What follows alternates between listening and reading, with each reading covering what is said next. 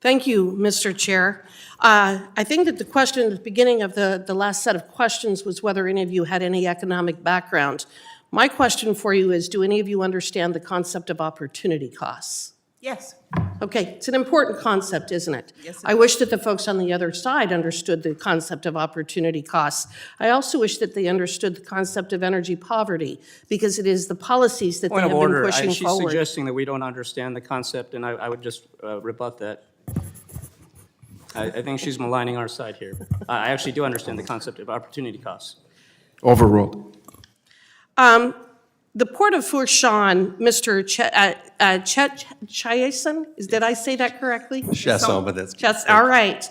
The Port of Fourchon plays a critical role in offshore energy production, supporting a vast network of workers and suppliers across the country, including in Wyoming. Wyoming-based companies manufacture equipment and provide services that support offshore oil and gas operations, but restrictions on leasing impact supply chains beyond just the Gulf Coast. Gulf energy revenues benefit states throughout GOMESA, but Wyoming receives no similar revenue sharing from energy production on federal lands. Should Congress revisit how energy-producing states are compensated for leasing on federal lands and waters? Thank you for that question. Yes, I do believe we need to re-look at revenue sharing. Okay, and Mr. Wilson, Wyoming's natural gas industry is closely tied to Gulf Coast export facilities, which rely on a steady offshore oil and gas production. The Biden administration's regulatory delays for offshore leasing mirror policies restricting drilling on federal lands in Wyoming, raising concerns about a broader trend of federal overreach in U.S. energy policy. Wyoming's natural gas pipelines interconnect with Gulf LNG facilities. If offshore production is restricted, what impact would that have on Wyoming's ability to move natural gas to export markets? Well, the natural gas market's a global market. It's also a national market. So any restrictions in any areas on natural land are going to impact other areas of production. So it will have an impact on Wyoming if they shut off I the think it'll coast. have an impact on all portions of the natural gas industry, yes. From a legal perspective, do you see a coordinated effort by federal agencies to curtail U.S. energy production across multiple sectors? I mean, what I can tell you is that over the last 4 years, we've seen more difficulty in acquiring permits. In the small E&P production that we do have, we've seen more difficulty in acquiring federal permits, although I will say that FERC is operating in a very efficient manner right now and has been for the last couple of years, but generally, yes.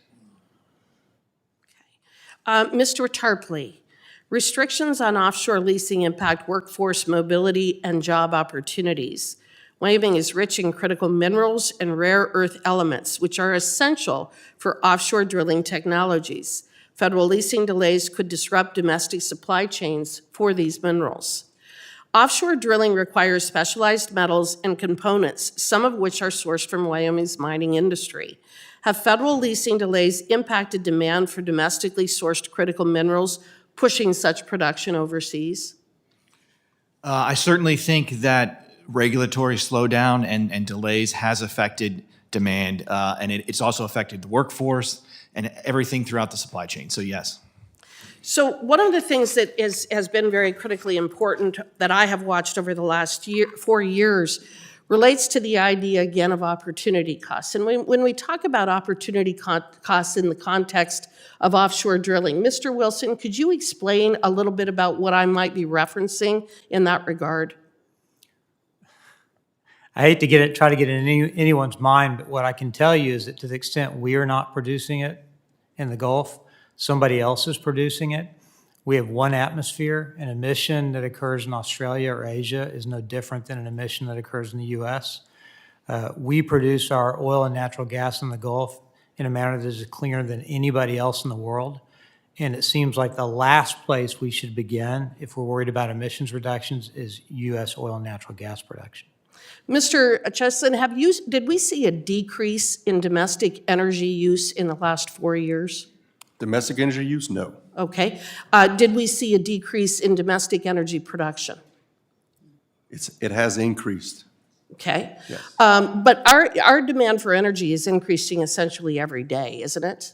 Absolutely, and having a certainty in the process Again, it was mentioned before, if we don't continue to lease lands and explore for oil and natural gas in other areas of the Gulf of Mexico, production will begin to decrease. And we'll have to get it from somewhere else, won't we? Yes, ma'am. Thank you. I yield back.